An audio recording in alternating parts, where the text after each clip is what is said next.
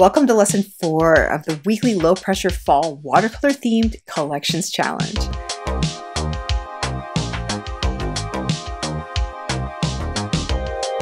I'm taking you on this crazy journey while I create a simple Halloween mini collection to get warmed up for my new holiday collection. I hope you'll follow along and create your own collection, even if it's a different theme, but you're also welcome to just watch and see where it all goes. If you don't know me yet, hi, I'm Christy from octopusconnection.com, and I've been a creative teacher online since 2016. I offer courses, a watercolor membership, and I have over 20 classes on Skillshare.com. If you're just joining us and you'd like to watch all the challenge lessons from the beginning, you can click on the screen to watch them now. Last week, I showed you how I clean up my artwork using my iPad and the Procreate app. I love this method because I can do it from anywhere, and I love to take my work with me on the go. Also, it feels so much more organic when I'm doing it by hand with an Apple Pencil. This week in lesson 4, I'm going to save my files and actually open up my POD shop and put my art on products. I actually have had a shop at Society 6 for quite a while, but I haven't really cultivated or marketed it that much. Society 6 is a wonderful platform and lots of artists have found success. However, I am not one of them. I sort of got lost in the crowd over there, and when I didn't see a lot of sales in the first few months, I just sort of gave up, which was the worst thing I could have done. I want to stop and point out that this has been a repeated mistake on my part with the things I haven't been successful in. I think there's a conception that we can start something and it's just going to automatically take off. It's going to be exciting to see all the sales roll in while we sleep, and that doesn't usually happen. The reality most of the time is that it takes a while to get any sort of activity on your site, especially if it's new, or sales for that matter, and you have to continue to market it even when it looks like nothing is happening, which is the hardest. The truth is that something is happening. You are getting yourself out there, you're learning a new skill, people are finding out about you, and you just have to keep it going until you figure it out and until your audience starts to find you.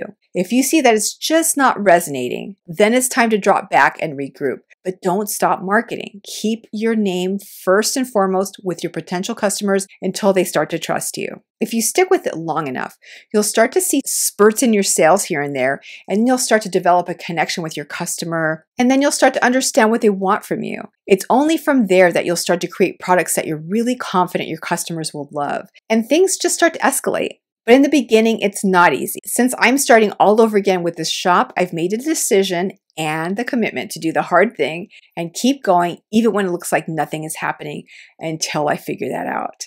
Now, in taking a good look at my old POD shop, I realized that Society 6 is a separate website where I send my customers, so I don't really have any contact with them or know how the sale went. I don't get their contact information or get to have a personal connection with them in any way. Now, in some cases, that's just fine, but I was in high-end retail for over 15 years, and that just isn't the way I roll. Having a relationship with my customer is everything to me. Unfortunately, Society 6 doesn't allow me to add this personal touch. So after a lot more research, I found a few companies and settled on Printful as my new POD shop choice. And there are a few reasons for this. Number 1, they offer most of the kinds of products I want to sell. It doesn't seem like any of these companies has everything I want, but this one seems to be as close as I can get. Number 2, I've checked around with others who use Printful, and they are telling me that the samples they order have been really quality, their customers are happy with the products, and they like the fabrics on the t-shirts and the totes, and the printing colors are bright and pretty accurate, etc. Number 3, they have a selection of eco-friendly products and they use vegan inks for the printing. If I'm going to be selling products in bigger numbers, I want to be sure I'm responsible to the environment where I possibly can be. And number 4, Printful has an integration with Squarespace where I have my shop. That means customers can purchase directly from my site, so I can see what they're buying, how much of it they're buying. I can initiate a survey to see how they felt about their purchase. I can collect their email address and stay in touch with them to let them know about new products coming out down the line. Plus, I can send them an email afterwards thanking them for their purchase, which lets them know that there's a real artist behind these products that actually cares about them. That's the way I want my customer to feel. If you're going to be opening up a POD shop of your own, you'll have to consider what your needs are and how you work. You may not need any contact with your customer, and that's just fine. Please remember what works for you will also work for your ideal customer. Don't worry about pleasing everyone. There will be plenty of customers to go around once you get going. Let me show you the process of how I hooked up this shop to my site and put an actual product in it. As I mentioned, I'm going to be using Printful as my new POD shop integration. Whatever POD company you choose, be sure to go into their selling section and find guidelines for what sized images and what types of files they accept. There's also lots of extra information here about the company, like what kind of printing they use for different processes, what kind of inks they use, and how it all works. It's good to get familiar with all of this in case you or your customers ever have a detailed question. The first thing you're going to want to do is start an account. I've already done that, so you'll see my name at the top right. If I hadn't already, it would say create an account. And just to show you around a little bit, this is where you can go and see all the items available to put your art on. Believe it or not, they offer over 200 products organized by categories, so there are lots of choices. The other thing you're going to want to do is go into the back end of your settings and your shop and make sure that you are connected to your POD shop from there if it has an integration. You can see right here that I'm already connected to Printful. Let's get this party started. First, I'm going into Procreate and I'm going to click Layers. I'm selecting the two layers that I want to save as an image. One will be the text and the other will be the artwork. Then I'll toggle off the background layer. This will ensure that my background will be transparent so it can be printed on any colored product. Then I'm going to click the wrench icon and go to Share, which is the third option under Actions. I'll save it as a PNG file as suggested by Printful. Wait for it to export. Then I'll click Save Image. From there, I can airdrop it or email it to my computer or wait for it to show up in the Photos app. Honestly, I prefer to save this image in a different folder than the Photos app so I can change the file name. This makes it so much easier to organize later once I have lots of files in my Printful shop. Now, I want to go into Printful and go to Dashboard and File Library. I'll click the red Upload button and select the file I want.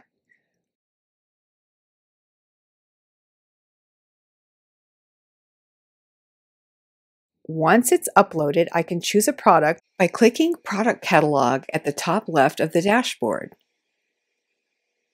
Now I can scroll until I find a product I want to use. To keep it simple, I'm going to choose a greeting card. And I'm going to click the red Create a Product Template button. There's also an option to drag and drop your design from a file or from your Photos app if you don't already have your image uploaded. And you'll see there's an option for vertical or horizontal, so I'm going to click vertical. And down at the bottom, I can choose the size.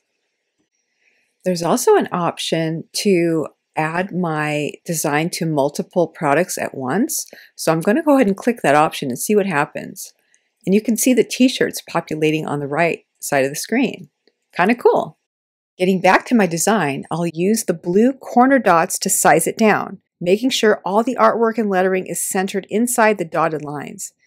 Anything outside those lines will be cut off, so this step is really important. Now I'm going to click the red Save to Templates button at the bottom right, and I'm going to hover my mouse over the greeting card and click the Add to Store button.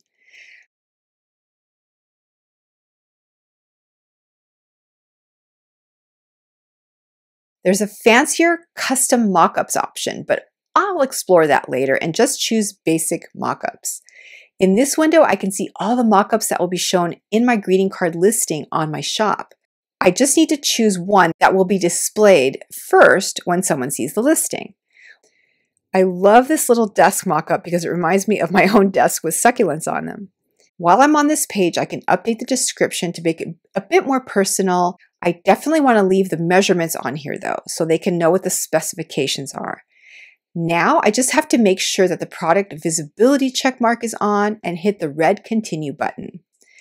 On this next page, I can update my pricing, but I've already done that, so I'm happy with what this says, and I'm going to click the red Submit to Store button. I clicked Stores on the left side of the dashboard and clicked View Store under my account. You'll see that Printful is now trying to connect this listing to my shop on Squarespace. It shows it's all done now connecting, so I'm just going to go over there to Squarespace and refresh my page. Now you can see my listing at the bottom. I can change the order if I want to, and I'm actually going to be restyling this entire shop. Keep in mind, it took me a while to figure out how to do all of these steps, but now that I've done it, I'm good to go. Each POD company has a little bit different set of steps, but they're all very similar and at about the same difficulty level, which is not bad for a tech task. Now it's time to share some projects that were submitted to the challenge this week. Sherry created a fun Halloween watercolor illustration page, as did Cassie Jane. Love the doggy ghost.